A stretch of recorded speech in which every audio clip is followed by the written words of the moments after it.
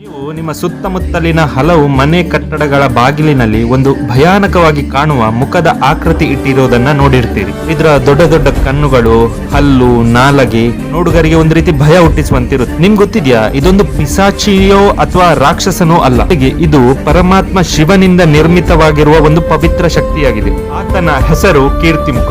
ಸಾವಿರಾರು ವರ್ಷಗಳ ಹಿಂದೆ ರಾಹು ಶಿವನ ಜಡೆಯಲ್ಲಿರುವ ಅರ್ಧ ಚಂದ್ರನಿಗೆ ಗ್ರಹಣವಾಗಿ ಕಾಡಿದ. ಇದರಿಂದ ಪರಮಾತ್ಮ ಶಿವ ಅತೀವವಾಗಿ ಕ್ರೋಧಗೊಂಡು ತನ್ನ ಮೂರನೇ ಕಣ್ಣಿನ ಅಗ್ನಿಯಿಂದ ಒಬ್ಬ ದೈತ್ಯನನ್ನ ಸೃಷ್ಟಿಸ್ತಾರೆ ಮತ್ತು ಆತನಿಗೆ ರಾಹುವನ್ನು ನುಂಗಲು ಆದೇಶಿಸ್ತಾರೆ. ಕೀರ್ತಿಮುಖ ತಕ್ಷಣ ರಾಹುವನ್ನು ನುಂಗಲು ಹೊರಡ್ತಾನೆ. ಇದರಿಂದ ಭಯಗೊಂಡ ರಾಹು ಮಹಾದೇವನ ಚರಣಕ್ಕೆ ಬಿದ್ದು ಕ್ಷಮೆ ಕೇಳ್ತಾನೆ. ಕರುಣಾಕರನಾದ ಶಿವನು ರಾಹುವಿನ ಪ್ರಾರ್ಥನೆ ಕೇಳಿ ತಕ್ಷಣ ಆತನನ್ನು ಕ್ಷಮಿಸ್ತಾನೆ. ಆದ್ರೆ ಇದರಿಂದ ಕೀರ್ತಿಮುಖ ತಿರುಗಿ ಬೀಳ್ತಾನೆ. ಆತ ಯಾರನ್ನು ತಿನ್ಬೇಕು? ಆತನ ಹಸಿವು ತೀಕ್ಷ್ಣವಾಗಿರುತ್ತೆ. ಇದರಿಂದ ಆತ ಶಿವನ ಬಳಿ ಕೇಳ್ತಾನೆ, ನಾನ್ ಇನ್ನು ಯಾರನ್ನು ತಿನ್ಬೇಕು? ಆಗ ಶಿವ ಕೀರ್ತಿಮುಖನಿಗೆ ನೀನು ನಿನ್ನನ್ನೇ ತಿನ್ನು ಅಂತ ಆದೇಶಿಸ್ತಾನೆ. ಶಿವನ ಆಜ್ಞೆಯನ್ನು ಪಾಲನೆ ಮಾಡ್ತಾ ಕೀರ್ತಿಮುಖ ತನ್ನ ದೇಹವನ್ನು ಸಂಪೂರ್ಣವಾಗಿ ತಿನ್ನಲು ಆರಂಭಿಸ್ತಾನೆ. ಕೊನೆಗೆ ಆತನ ಮುಖ ಮಾತ್ರ ಬಾಕಿ ಉಳಿಯುತ್ತೆ. ಆಗ ಪರಶಿವ ಆತನ ಆಜ್ಞಾಕಾರಿ ಗುಣದಿಂದ ಪ್ರಸನ್ನಗೊಂಡು ನೀನಿನ್ನು ಪ್ರತಿ ಬಾಗಿಲುಗಳ ರಕ್ಷಕನಾಗಿ ದುಷ್ಟ ಶಕ್ತಿಗಳು ಒಳ ಪ್ರವೇಶಿಸುವುದನ್ನು ನಿಲ್ಲಿಸುವೆ ಅಂತ ಆಶೀರ್ವಾದ ನೀಡ್ತಾರೆ. ಹಾಗಾಗಿ ಇವತ್ತಿಗೂ ಕೂಡ ಜನರು